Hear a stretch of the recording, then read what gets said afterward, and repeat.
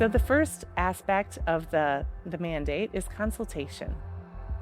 The CMLT can be a consultation and advisory resource to the member congregations of its classes, to the classes itself, and to other interested parties, for instance, leadership development networks, regarding matters related to ministerial candidacy in the CRC. This is a really important role.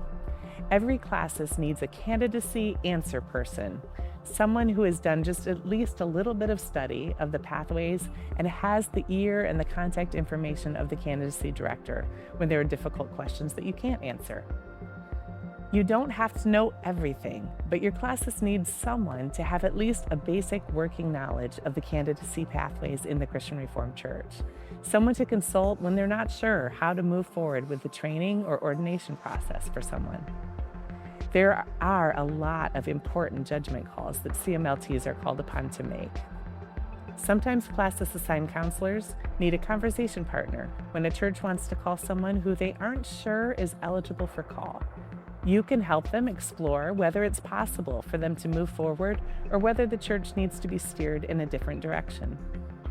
In some cases, your classes will need you to weigh in on the need for calling someone through a non-traditional route. The stated clerk and the classis interim committee will also rely on you to handle these functions so that all runs smoothly in their classes. It really makes an impact when leaders in your classes have someone to look to who knows at least a little bit more than they do about the process of candidacy.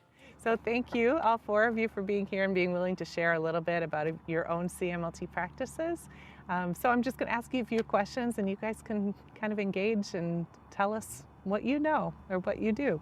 The first question is, how has your CMLT lived into the consulting piece of the mandate?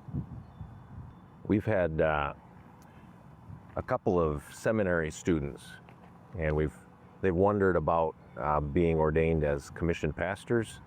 And I had to drive school bus when it was time for our Zoom meeting as a CMLT, and so I was on the school bus on my phone Zooming, and it was a few of us from our committee talking with one of the staff people in one of the churches in our classes, and we had kind of learned that he was maybe interested in the seminary, but didn't think that he could pull it off, especially financially and time-wise, young family, and so there I was on the school bus and other people in different places, just talking, speaking into his life, listening to him and his story, and he came out of that really encouraged. He sent us a long email the next day and how much that meant to him, and to learn about the funding that's available and the mentoring and the support that's available, and the different options that meant a lot to him.